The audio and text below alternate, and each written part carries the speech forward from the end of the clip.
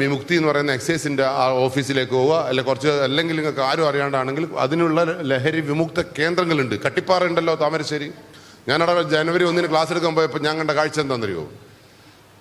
ആ പരിസരത്തുള്ള ഒരു സ്കൂളിൽ 8ാം ക്ലാസ്സിലെ കുട്ടി സ്വമേധയാ ചികിത്സയ്ക്ക് വന്നിക്കാടാ. 3 കുട്ടികൾ. ഞാൻ ഓനെ പിടിച്ച് നെഞ്ചോട് ചേർത്ത് പിടിച്ചു. ഞാൻ ചോദിച്ചു, എത്ര കൊല്ലമായി മോനെ തുടങ്ങിയിട്ട്? 3 തുടങ്ങിയതാ പോലീസേ. 3ാം ക്ലാസ്സിൽ നിന്ന് കള്ളുകൂടി തുടങ്ങിക്കുന്നു. അവസാനം 8ാം ക്ലാസ്സിലെത്തിയപ്പോൾ ഓന് തന്നെ തോന്നി ഞാൻ വേറിട്ട് പോകുന്നു എന്ന് തോന്നിയപ്പോൾ ഓൻ തന്നെ കട്ടിപ്പാറ ട്രീറ്റ്മെൻറ്റ് ആ സ്ഥലത്ത്. അതിപ്പം ഉരുൾ പൊട്ടിയിട്ട് കഴിഞ്ഞ 2 കൊല്ലം പൊട്ടിപ്പോയെന്ന് എനിക്കറിയില്ല. പക്ഷേ അവിടെ ഉണ്ടായിരുന്നു. ഞാൻ പോയതാണ്, ഞാൻ കണ്ടതാണ്.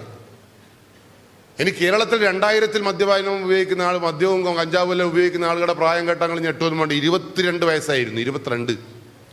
അതായത് നമ്മുടെ ചെറുപ്പത്തിൽ ഒരു മദ്യമൊക്കെ കുടിക്കുക എന്നെല്ലാം പറയുന്നത് എത്രാമത്തെ വയസ്സുള്ളവനാണ്? 22, 20 മേലെയാണ്. ശരിയാണോ തെറ്റാണോ?